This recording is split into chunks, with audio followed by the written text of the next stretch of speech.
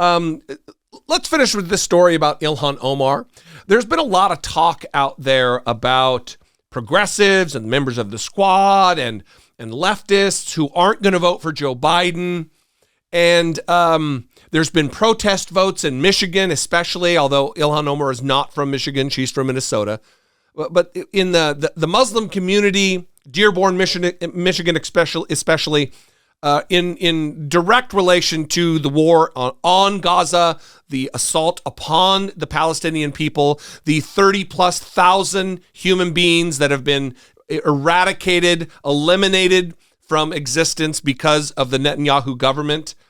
And I want to impress upon everyone that it's fine to make your vote be heard in a primary, but there are stakes that are too high to fuck around with trying to be cute in a general election.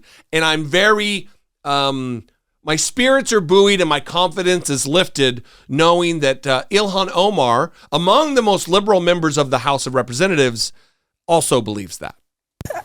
On the president and this election, which is, as you point out, a really important one, you didn't vote for President Biden or for uncommitted in Minnesota's primary. The uncommitted vote was a big part of that primary in your home state. I wonder, if the election were held today, would you vote for Joe Biden? Can you confirm that he would have your vote today? Of course, democracy is on the line. We are facing down fascism. And I personally know what my life felt like having Trump as the president of this country.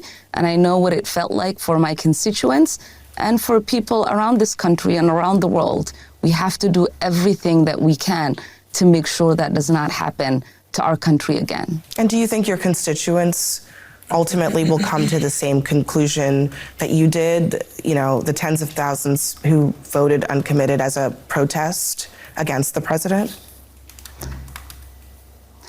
Well, the uncommitteds have been very clear. They want a change in policy, and we've seen that. Within 3 days, you had the vice president using the word ceasefire. We now have the president saying there is a red line if Israel goes into Rafah, that he is going to condition aid. So there has been a significant progress.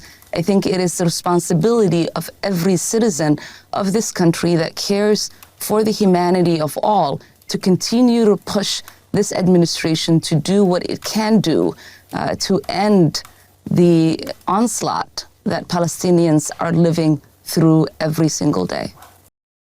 And that's a great point. And it reminds me that Donald Trump is not someone who is going to be persuadable.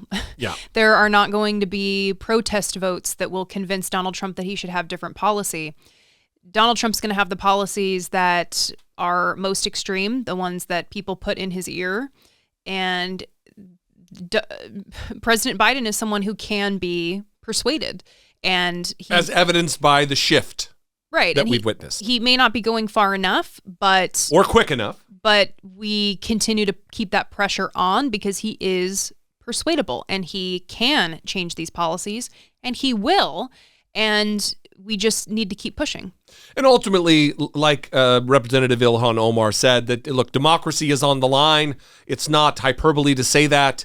Donald Trump tried to end democracy on January 6, 2021. In the lead up to that date, and even after, tried to end democracy. He's continuing to do so. He's placed an election denier as general counsel or chief counsel for the election integrity division of the Republican National Committee that is now run by his family.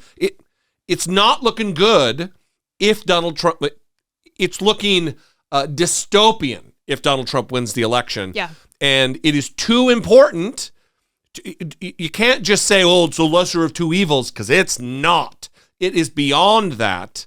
And we need to do right by people who aren't in the same privileged position as us, who will be impacted far greater if a Donald Trump gets back into office. So, well, and Ilhan Omar spoke to that too. I think you heard that, where she said she remembers what life was like for her under a Donald Trump administration. And so, yeah, it is important if you are a member of a privileged community to use that privilege in a way where you are taking up for people that will be put in harm's way by a Donald Trump administration. And I'm glad that Ilhan Omar brought that up. Yeah, absolutely.